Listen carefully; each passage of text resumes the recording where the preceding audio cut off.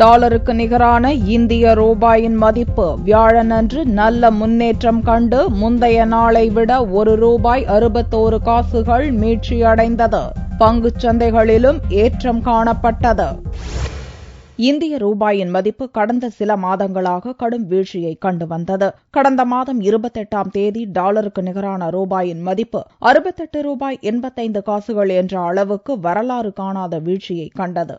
September முதல் வாரத்தில் இந்திய ரிசர்வ் வங்கியின் கவர்னராக பொறுப்பேற்ற ரகுராம் ராஜன் ரூபாயின் மதிப்பை ஸ்திரப்படுத்தும் வகையில் ஒரு சில நடவடிக்கைகளை மேற்கொண்டார். அதன் பலனாக ரூபாயின் மதிப்பு கொஞ்சம் கொஞ்சமாக மீட்சி பெற ஆரம்பித்தது. புதனன்று மாலை ஃபாரெக்ஸ் எனப்படும் சர்வதேச அந்நிய செலாவணி சந்தையில் டாலருக்கு நிகரான ரூபாயின் மதிப்பு ₹63.38 முடிந்தது. வியாழனன்று காலை வர்த்தக துவக்கத்தில் டாலருக்கு நிகரான ரூபாயின் மதிப்பு ₹61.70 நல்ல முன்னேற்றம் கண்டது. பிறகு ₹61.64 மேலும் மீட்சி பெற்ற ரூபாயின் மதிப்பு மாலையில் டாலருக்கு நிகராக ₹62.77 முடிந்தது. இதன் மூலம் ரூபாயின் மதிப்பு முந்தைய நாளை காட்டிலும் ₹1.61 முன்னேற்றம் கண்டுள்ளது.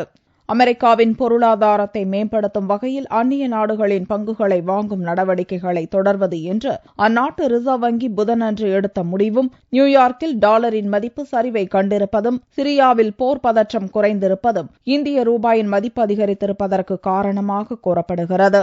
இந்திய ரூபாயின் மதிப்பில் ஏற்பட்டுள்ள முன்னேற்றம் இந்திய பங்குச் சந்தைகளிலும் நல்லதொரு தாக்கத்தை ஏற்படுத்தியது. மும்பை பங்குச் சந்தையில் சென்செக்ஸின் மதிப்பு மளமளவென உயர்வை கண்டு 20,000-ஐ கடந்தது. வர்த்தக முடிவில் சென்செக்ஸின் மதிப்பு 684 புள்ளிகள் உயர்வை கண்டு 20,646 புள்ளிகளாக காணப்பட்டது. அதேபோல தேசிய பங்குச் சந்தையில் நிப்டியின் மதிப்பும் 216 புள்ளிகள் உயர்ந்து 6,115 புள்ளிகளாக காணப்பட்டது.